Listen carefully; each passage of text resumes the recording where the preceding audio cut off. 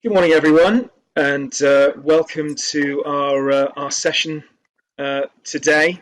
My name's John, and I work for Curo. And my name's Lisa. I also work for Curo. So we're going to be discussing quite a bit with you in the next hour or so, where you'll get to see quite a few Curo colleagues, and you can see firsthand how the COVID situation has impacted our business and what we're doing to change as a business.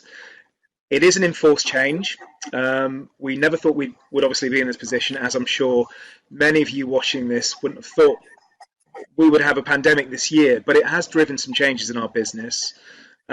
We are a very, very customer-facing, customer-orientated business, and we have had people come to our head office for years and years and years and call us on the phone. We've now gotten to a point where we are far more digital. And that's in a lot of areas across our business. So we're going to show you over the course of the next hour what some of our customers are thinking of our business at the moment and how easy it is to do business with us because we've taken such a stance with trying to make digital at the heart of everything that we're trying to do. I think, as John says, it has been such a difficult time, and I think one of the things that we've really had to embrace is digital, because we've had to look at ways in which we support our customers to the same level that we could support them before we went into the lockdown. And like John said, we'll talk to you about some of the initiatives that have been going on in the business during lockdown. And actually how we're able to maintain our customer satisfaction throughout. But before we kicked it off, we just thought we'd give you a little bit of background into Curo. Curo is a housing association based in Bath. We own and manage more than 13,000 properties across mainly the Bath and Bristol area, supporting over 25,000 customers, providing great homes and high quality and care support services across the region. We build a range of properties, and we own a range of properties from starter homes to grade 2, grade 1 listed buildings in many different locations, from rural villages to city centres. And we provide a whole load of award-winning support services to our very diverse range of customers as well. And one of the big things that we've had to face this year is the fact that we normally hold a annual residents conference where it's a good chance for us to meet our customers, for them to come along and talk to us and talk to us about a range of things that we do. So this year we launched our first digital residents conference, and I guess what we'd like to show you now is some of the highlights of what we've been up to over the last year, to give you a bit more of an idea about Curo.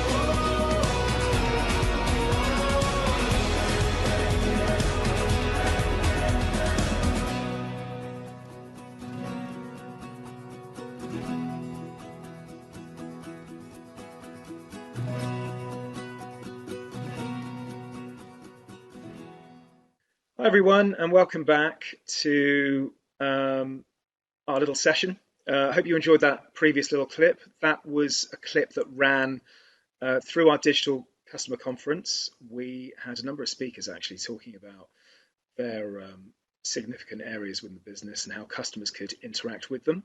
The whole thing was done by a green screen. So it was as if we were performing live in front of a studio camera. Uncomfortable for some people, but actually it did work really well, and the appetite is to keep doing that going forward. What we wanted to let you know a little bit about now was our customer base and how we are interacting with our customers as a result of what's been happening over the last 7-8 months. We do have a really diverse range of customers. We also have approximately about 3,500 people that live in sheltered accommodation. So those are people over the age of 55, and some obviously have disabilities, and they may need extra care. So contacting us and making things as easy as possible is obviously something that we've been trying to do a lot more so this year, especially with the fact that no one's able to visit us within our head office. So what you will see over the coming 30 to 40 minutes is some interesting information about how we've done it and what we're about to do. Lisa is going to share some more information on how we're doing that now. Yes, thanks, John. Before we went into lockdown back in March, we engaged with our customers over so many levels, really, and a lot of it used to be face-to-face. So whether that could be, we were visiting, as John says, our older residents in their homes. We'd have a lot of market rates and lettings, and so we have to show potential new residents around what their new home might look like. And that's all had to change. We would have regular meetings in our office that was open, and anyone could come in at any time and use some of the facilities we've got there. We've got in our reception area, we've got a little hub where people can log on and use My Curo and pay their rent and do different things. And one of our big parts of our business as well is doing repairs and home safety checks in properties. So as you can imagine, going into lockdown, not being able to do repairs or checks on people's homes could have health and safety implications as well. And as we talked about earlier, our residents' conference was a face-to-face where anybody could come along, and we had entertainment there and different talks and stuff. And we also have regular resident engagement evenings where we would go to different areas, and residents could come along and they could talk to us about all manner of issues and raise any queries they have with us. So once lockdown hit, it completely changed how we needed to work, and we still had to support our customers in the same way we kind of do now. So, but we were faced with, especially in the early days, a lot of staff, pretty much everybody was working from home. All our offices were closed. We had to stop all repairs or home visits, and we had no face-to-face meetings because, all the offices were closed, and all, where we do our sales venues and things, they were all closed down as well. So this kind of for us was we had to rapidly think about how could our business change to support the situation we're faced with now. So one of the nice stories that we've got coming up shortly is an interview with Kathy, who works in our independent living services. Kathy and her team support our older residents to continue living happy, independent lives, and they provide a lot of support in lots of different ways. And, with the pandemic, our older customers, they're less likely to be online, and they're less likely to embrace the new, and can be a bit more fearful of, especially with technology, because obviously there's lots of stories and things you hear out there where they just don't, they get a bit fearful of it. So, but we'd start off talking to you about, Kathy, and we've got an interview here now with Kathy talking about some of the initiatives that they've introduced to help the older residents through this time get more involved with digital technology, and some really positive stuff's come out of it. Just before we play the video, just to let you know, we did record Kathy out in the field at work. She's on her mobile phone. It's capturing her within her work environment. So the footage is a little bit scatty, but I hope you enjoy what she has to say.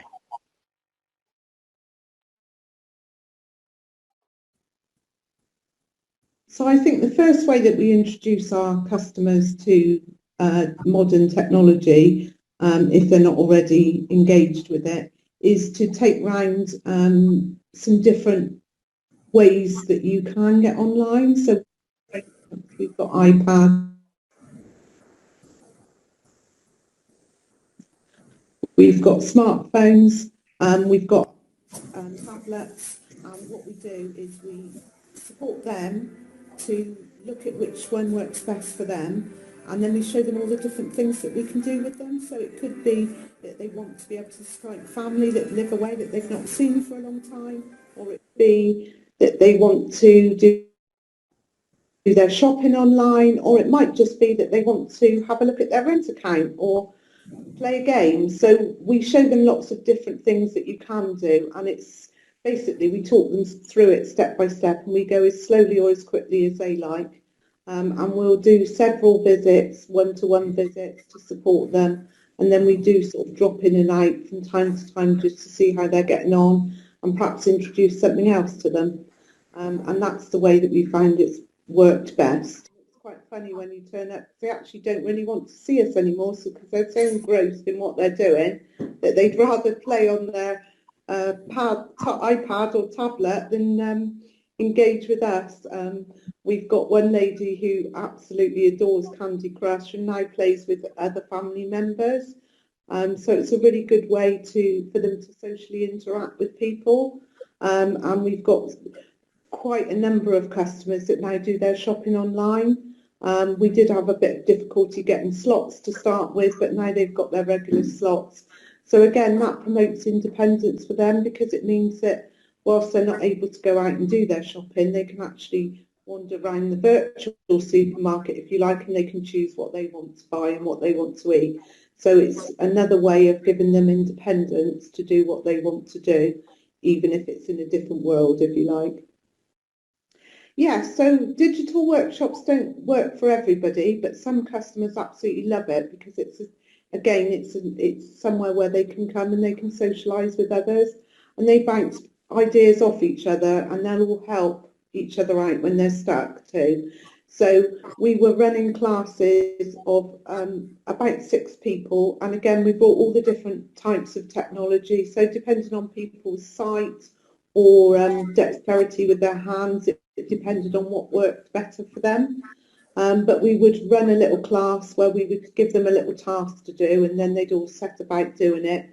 And I think it just opened up a whole new world to them, so they didn't realise what they could look things up on the internet, and they could find out things, and it was just lovely. Some of them were painting and drawing on there, so it was just nice to see the engagement into something that actually, quite a few of them said, oh, we'll come along, but it's not really something we're interested in, whereas now they absolutely love it.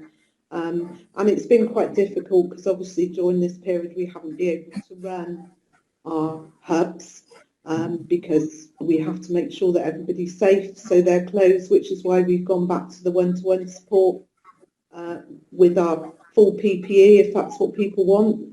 But yeah, they're a great way for people to socialise and learn new ideas.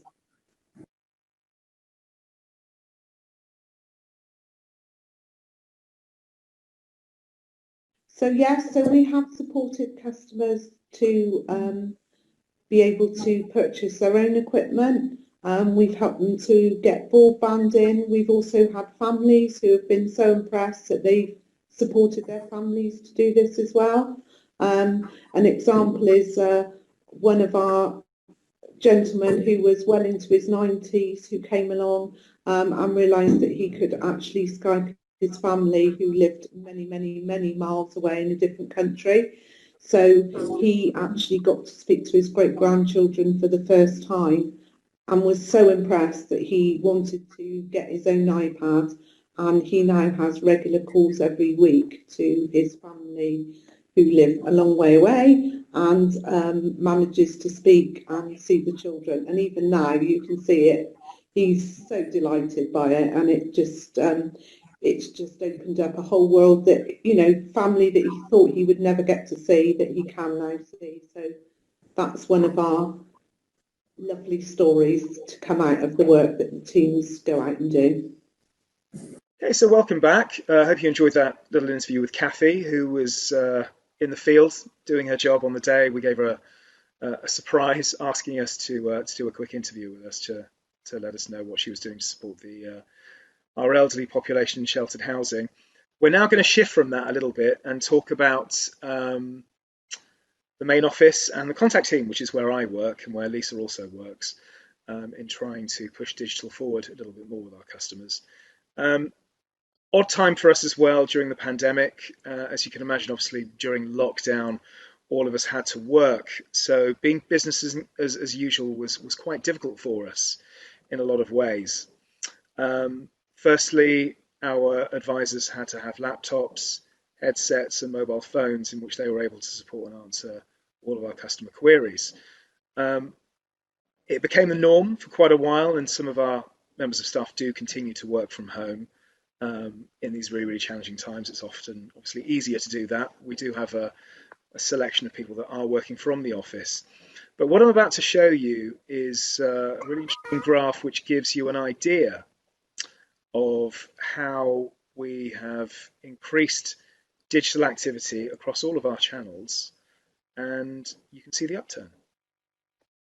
So as you can see from this graph, if you see that yellow denotes digital as of 2019, and the pink or purple colour that you can see denotes this year in terms of digital activity. So if we have a look at April, we were looking at 24.27%. But if we look at last April gone, this was at the really from the outset of the pandemic, we've had an increase up to 36% in terms of digital activity.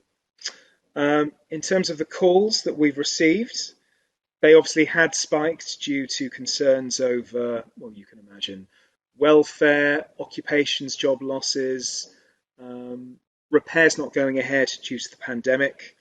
We've tried to obviously facilitate as much customer feedback on the phones as we can do, as people need obviously some reassurance.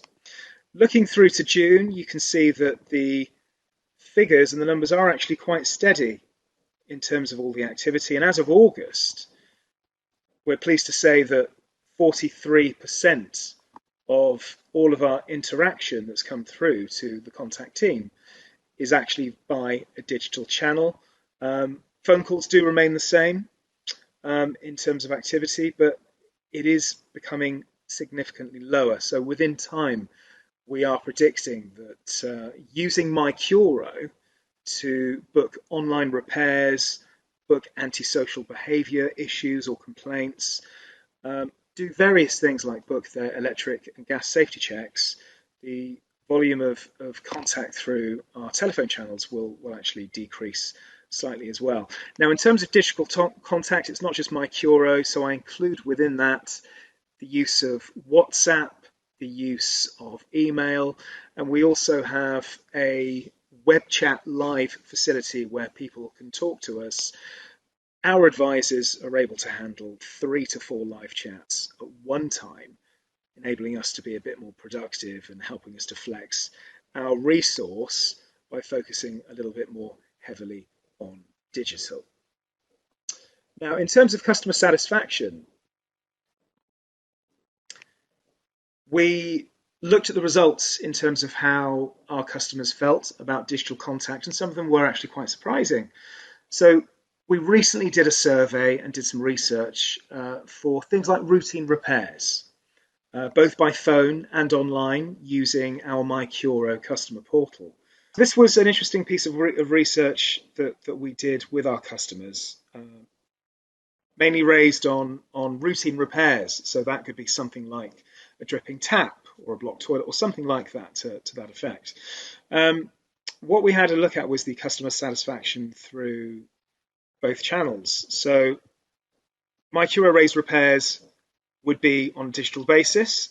Other raised repairs would be by any other means. That usually is through our contact center via a phone call. So what we actually found was that customers were 91% satisfied by raising a repair on digital, and through our historical, more traditional way of contacting us on the phone, customers were 90% satisfied. Although very, very slim margins, the evidence is showing that actually it's easier, it's quicker. Our customers don't need to wait listening to an IVR message and queuing for one of our operatives to be able to take the call. MyCuro is 24/7. It's available all the time. And actually the transaction is very, very quick. And the information that they're provided with is exactly the same as they would get within the contact team as if they were calling us. So what I mean by that is our repair dates, the schedule that we have repairs, a customer will receive the same date as if they go onto MyCuro, as if they were actually calling through to our contact center. So at the bottom, you can see various different trades that have the highest customer satisfaction along the bottom here. But it's an interesting trend, and it's something that we're really, really hoping to continue. This time last year, the appetite with our customers to go more digital was significantly less than it is now. So we can already see that actually a byproduct of the pandemic is that customers are accepting a new norm. Whilst our services are not the same as they were this time a year ago in terms of face-to-face contact and customer contact, the acceptance that this is probably something that's going to be the norm going forward is definitely enabling our customers to use it more. And the more accepting they are, the more repairs they are logging. Now, in the future, we will be able to do more with our online portal. Our customers will be able to see their entire tenancy history and see all sorts of documentation that actually up until this point, they've only been able to request via a phone call. Let me introduce you to what MyCuro actually is. I've got a short video to show you that will give you a little bit more information before we delve into any more detail.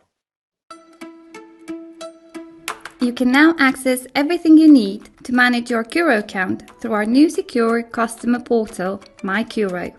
It's simple, you can get straight into your account quickly and easily, and because it's all digital, you can do it on a PC, laptop, a tablet, or even your smartphone, and that means you can do it anywhere, anytime.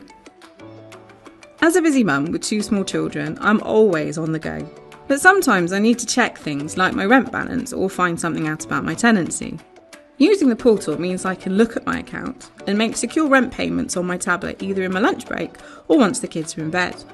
It just helps me keep on top of everything, and that's a great feeling.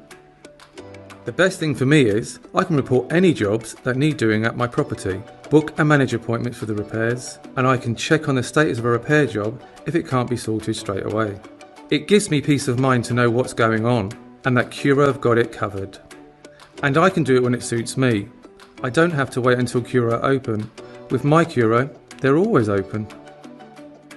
I'm not really a computer person. In fact, I didn't even know I could get on the internet until a nice lady at Curo noticed I had a smartphone.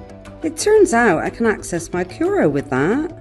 Registering was really quick and easy. All I needed was my tenancy number, email address and date of birth, and the rest of it was simple. It makes it much quicker now. I just need my username and password to log in. No more having to tell them who I am and go through security questions. It just means I can get the help I need more easily. And you can use MyCuro to keep your account up to date with things like contact details, current household members, and there is even a handy feature that reminds you of things you might need to do to keep your account in order. You can tell Curo how you'd like to be contacted, and by having important documents securely kept online, you save on paper and get fewer letters to deal with. So, what are you waiting for? Register for MyCuro now! Welcome back, everyone. We hope you enjoyed that short video just as an introduction into MyCuro. On the next slide, I'm going to give you a little bit more of background and a little bit more information about MyCuro. MyCuro is Curo's customer portal. It's a secure portal that is hosted online, and we launched it back in April 2019, and over that time we have, over the last year to 18 months, we have steadily grown the functionality that we offer and also the registration base. We now have over 6,000 customers registered with MyCuro and using it. It's I guess what it started off and has evolved quite a lot, but it started off with the basic functions of being able to do a routine repair and to be able to make a payment, view your rent statement, and it launched with being able to book a routine repair and view your account information and update your personal details. But over these last 18 months, we have invested quite a lot in developing the functionality. Not only can customers now report repairs, they can book them, select the date that's suitable for them, and they can also rearrange a routine repair if the original date isn't suitable. You can check your account balance, they can view their rent statements, and they can make payments on their garages or their properties that they have with us. And we also have an area for our home safety as well, so that customers are aware of when their next home safety is due. And that's really important because every year we need to carry out home safety checks. That's one of our things that we have to do as a landlord, and make sure that actually, the homes and properties that customers live in are safe for them. Customers can also now raise a complaint with us straight through MyCuro. If they are worried or have any concerns with antisocial behaviour, they can also do this straight through MyCuro. And we have literally gone live in the last couple of days with our home improvements page, which allows customers to see when an upgrade is due for being replaced in their property, as well as a date when we're going to come and do a home check to look at when actually, of the things that we are looking to book in, whether they need to be brought forward or not.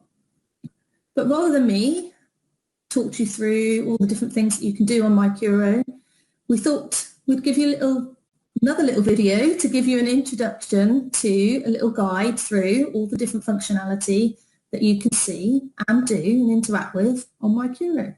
So sit back and enjoy.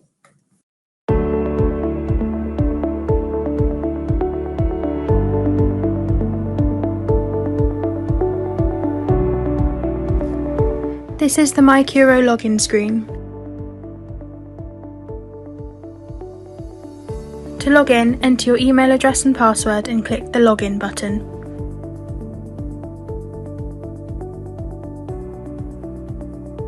This is the MyCuro home screen. Along the top of the screen are all the things you can do in MyCuro.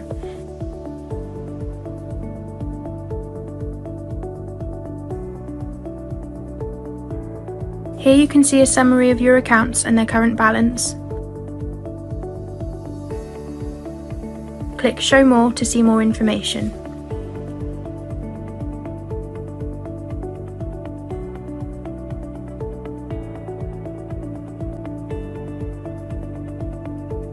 Here you can see a summary of any current repairs. Let's go look at the Money page. The Money page shows all credits and debits from your account. More than one account? Click Show More to see them.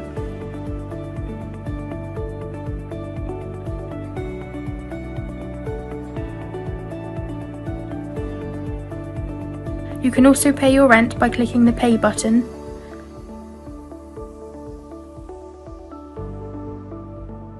to see more information about any service charges on your account, and see your rent statements. Next, let's look at the repair screen. The repair screen shows you the current and past repairs to your property. You can see what type of repair it is and when they are booked in for. You can also book repairs in, or change a booking. Next is the Home Safety screen. The Home Safety screen shows you all appointments for gas and electrical safety checks. You will be able to see what safety appointment is booked in and when it's booked in for. If you need to rebook a home safety check, just click here. You can also view your gas safety certificates and more information on our home safety checks here. You can also view planned home improvements. Here you can see planned upgrades for your home, such as kitchen and bathrooms, and the dates we plan on making these improvements.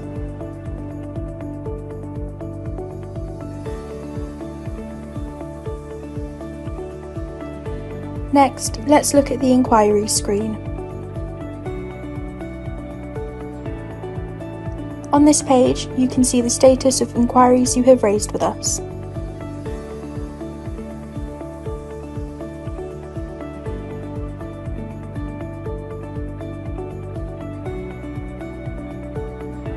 Let's have a look at ASB cases. Here you will see any open ASB cases you have raised, and you can now raise them online. You can view and raise complaints as well. You can see any complaints you have raised and their status.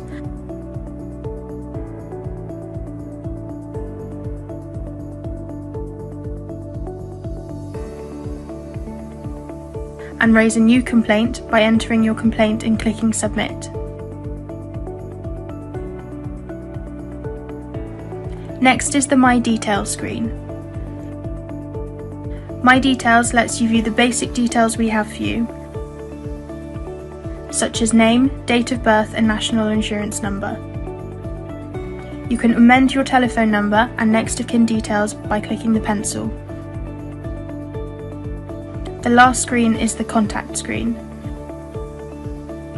From here, you can see the ways to contact us. So that was just a quick taster of some of the functionality that MyCura provides us. We did used to have a mobile phone app that would access certain things like your rent account, for example. So we've gone beyond that now, and the portal gives us so much more functionality that we're able to give customers a lot more service and in a quicker time frame. So there are loads of benefits in terms of using MyCura for our residents. So obviously we've already said it can be accessed at any time. You can use it on any device. The transaction is a lot quicker than using an IVR. It will allow you to keep on top of your rent account, will give you your in credit or your in debit balance, will allow you to pay through the actual portal itself. We've had lots of good feedback. As you can see, we've got a few comments there. It's something that we are going to be building upon as we go through this digital phase. I suppose it's fair to say it's an opportunity to build on what we've done so far, with the pandemic giving us the injection that we need really to enable customers to think it's the new norm. So what we're going to show you now is one of our customers, Zoe. She uses MyCura, and she's going to talk to you about some of the benefits. So during lockdown, just one day the wall heater in the bathroom just decided to explode, lots of sparks, and I thought I'll try the portal because I knew that they weren't working, they were only working from home. Clicked on it, really easy, filled a report in, chose a time, chose a date, Man turned up, it was between 8 and 12, he turned up at 20 to 12, had a look. Because I'd put a description, he knew what to do. He fixed it. Took about 20 minutes. It was brilliant. I find it really useful for access. I don't work a 9-to-5 job, so if I've got a space anytime, I can just log on and check things like my rent balance, and I find that really, really suits me. It's really easy to use. Just click on, I use an iPad for everything. Obviously you have to log in, it's secure. But once you're logged in, everything's there on the page for whatever you want to do, repairs, rent check, whatever. It's all there, everything you need. You know, it's the way forward, isn't it? There's always going to be people that aren't going to want to use it, but I think as the world develops, we're going to have to use it more, and Kuro are really good at keeping up and getting ahead of it, really, I think. I really appreciate the fact that all my rent statements are online. I don't get anything on paper now. I've got a very small flat full of books and cats. Less paper, saves the trees, saves my space. Okay, so now we come to a slightly different part of our 1 hour where we introduce some of the other areas in our business and see how they've been coping, what they've been doing over the past 7-8 months. The pandemic has influenced in terms of our business change. So you're going to hear from several people about what they're doing now. First of all, we're going to hear from 2 people within our lettings team. So we've got Vicky and Lucy to tell you more about what they are doing within their side of the business.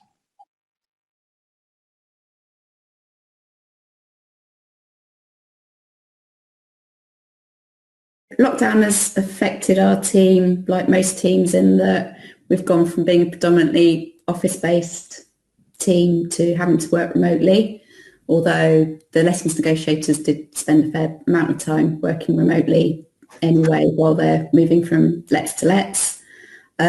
We've had to find ways to overcome some of the older processes that were more office and paper-based, move them to digital to enable people to be able to carry them out from home.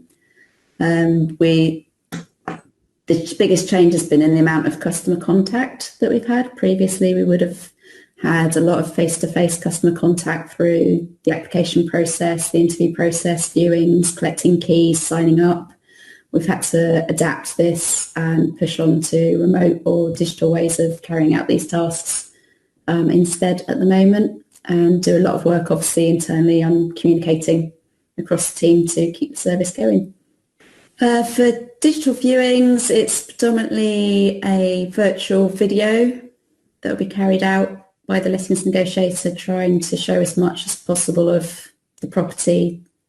If there are specific requirements, or we think that the customer really, really needs to see the property in person due to their circumstances or medical needs or something like that, then we may switch it to an in-person viewing, obviously with safety measures in place and social distancing.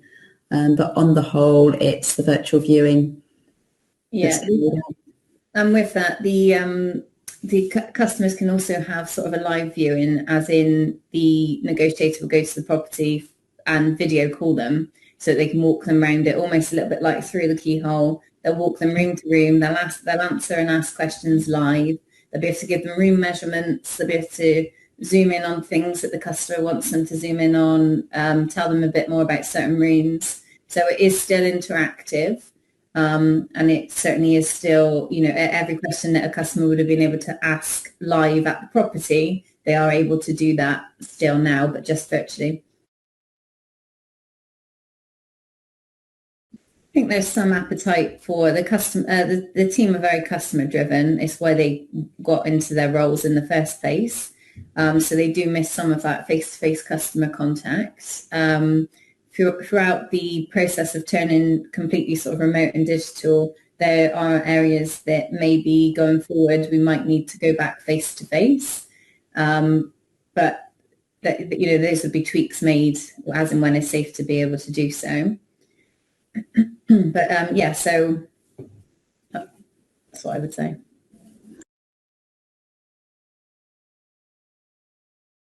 I think some of the benefits would be time saving. I think we span so many different local authority areas. A lot of time would be spent travelling to and from these areas. So some of that has cut down, and you're not having to do repeat visits back to the same area. So that's allowed the negotiators to be able to work on different things and be able to commit more time to going through interviews of customers, sort of being able to give a better service. We've also got, for the coordinators, we ended up with great big paper files and paper copies of everything. This has all shifted. All the paperwork is now online and digital, so it's much quicker to produce, much quicker to store, much quicker to find again. So that's also been quite a big plus side, and I think the coordinators are really enjoying not having to print out reams and reams of paper for every sign up that we need to do. Yeah, definitely.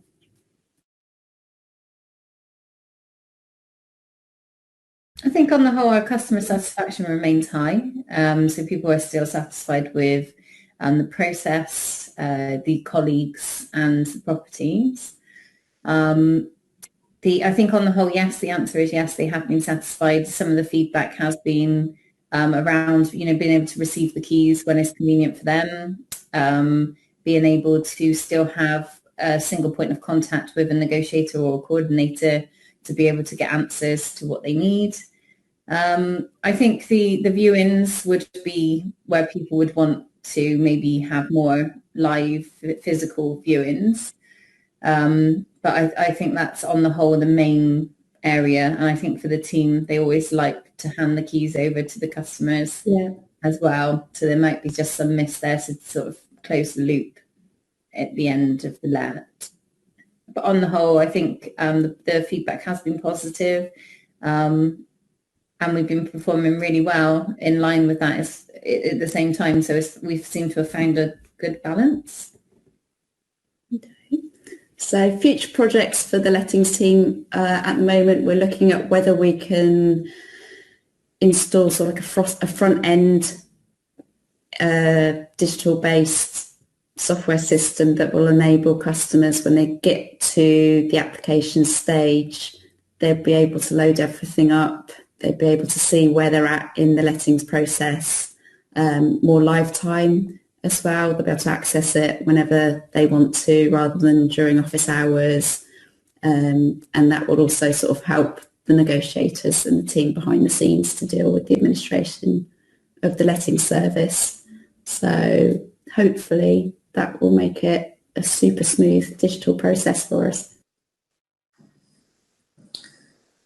So our lettings team have made quite a lot of changes in how they have to deal with the situation we're in now. And one of the other areas that we've introduced into the CCT team is and John mentioned it earlier actually in the presentation, was the introduction of WhatsApp.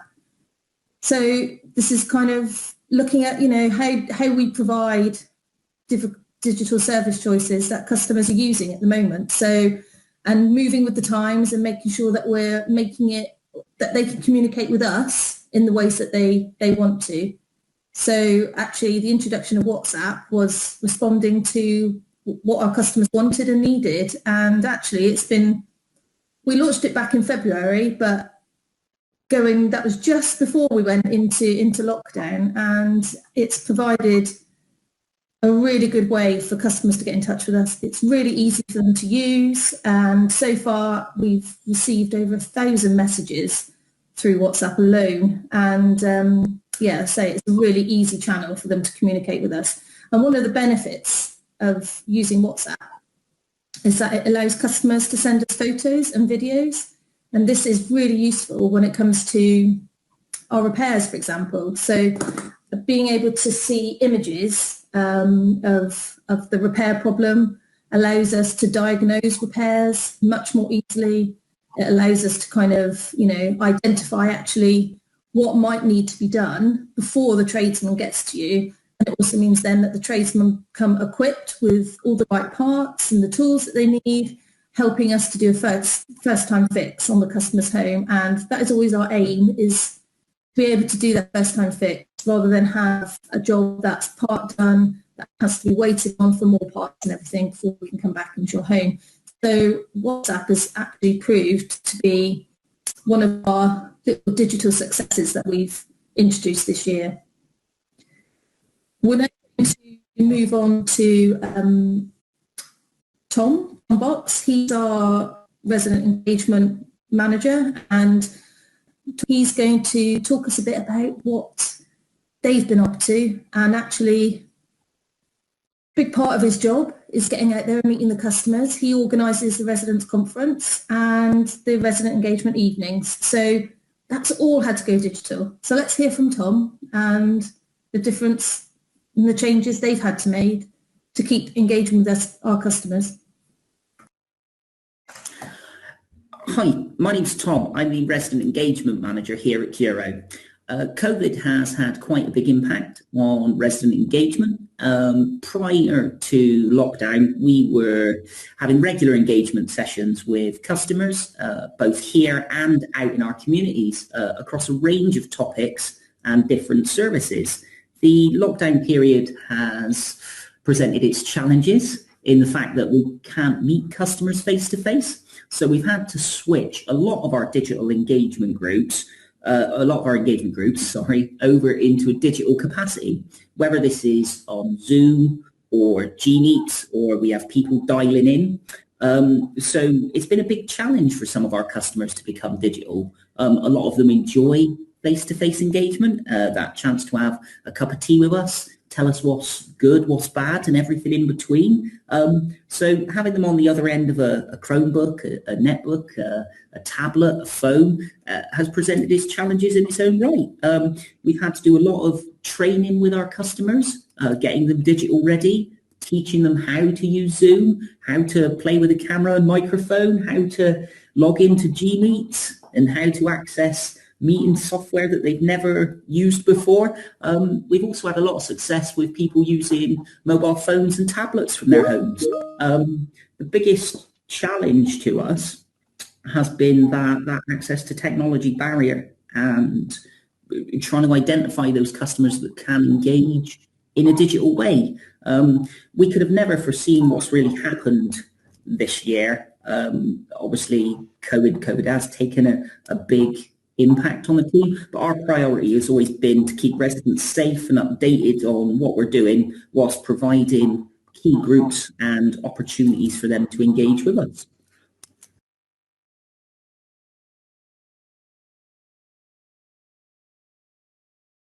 What we did was we turned our usual meeting room area here into a TV studio for the day. We had teams from across the business presenting content to our customers live on the day, live on camera.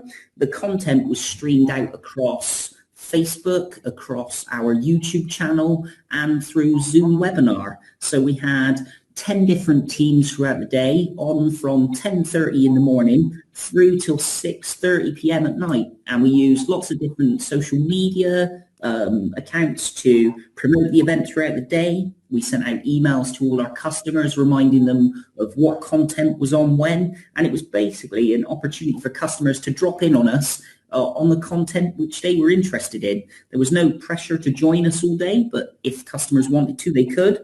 We received lots of positive feedback from our customers and from colleagues for being able to put on an event that enabled everybody to remain safe during the current times.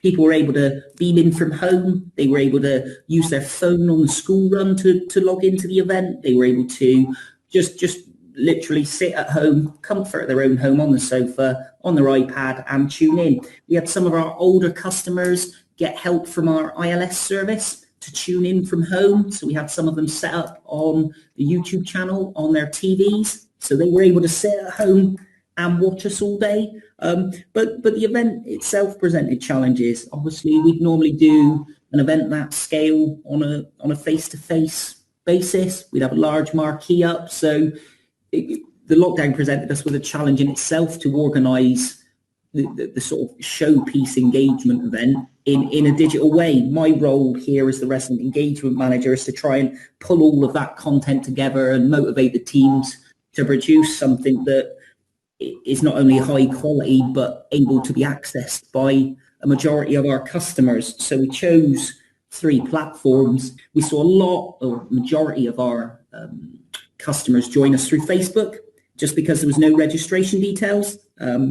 We had lots of people joining on Zoom and join through the comments section there. And our YouTube was just a watch-only experience. But again, we had almost 100 customers join us through YouTube for the day. So it went really well. Really happy with the end result. And we got lots of comments on the day and questions live through customers during each session.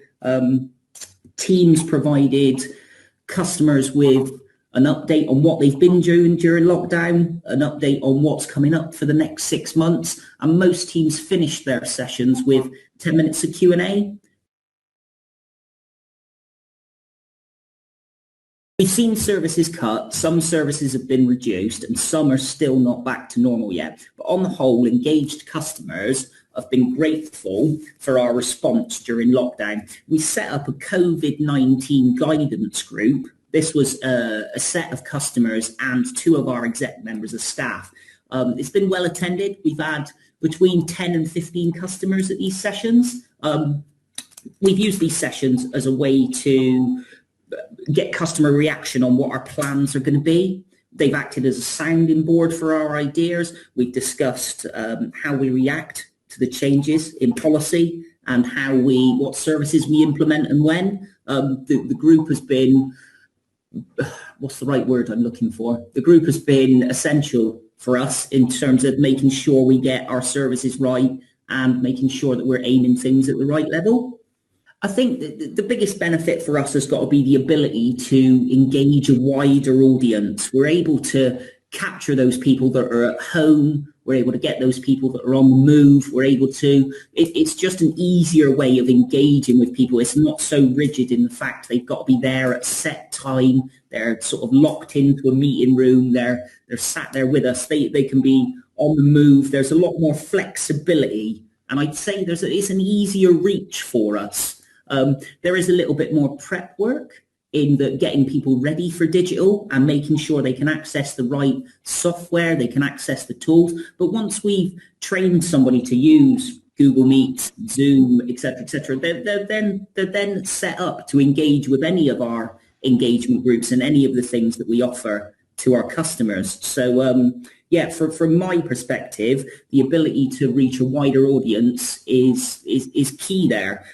We've seen the audience figures jump up significantly on the back of our digital residents conference, and that was just through offering that content out across 3 different platforms. It's all about our ability to engage with our customers and make the engagement opportunities as easy as possible to interact with. So this year has really thrown up a lot of opportunities for us. It hasn't been an ideal year in which to trial something new, such as going digital. And really the aim for us is to go digital by default in the future. So we're aiming to make digital our number one interaction. It's quicker, it will enable us to be more productive, and actually it will give us so much more data about our customers, and it will help us align so much more of our activity in a much more targeted way if we're able to look at all of the information that we've accrued by customers being able to book their own repairs or book their own complaints, antisocial behaviour cases, or even looking at the quality of their estate in terms of cleanliness and in terms of all of the issues that surround estate. So it really is the way of the future in terms of how we're looking. So I'd like to thank you for your time. Lisa and I are very thankful that you've joined us. If you've got any questions, we are on the chat. Please ask away. Any housing associations out there that are experiencing similar activities to us, as I'm sure you are, or any other businesses that may benefit from the hindsight that we've gained throughout the last 8 months, please feel free to ask away. And thank you very much for joining us. Yeah, thank you for taking the time out to listen to us today. And as John said, any questions you have, feel free to ask myself and John. And thanks again.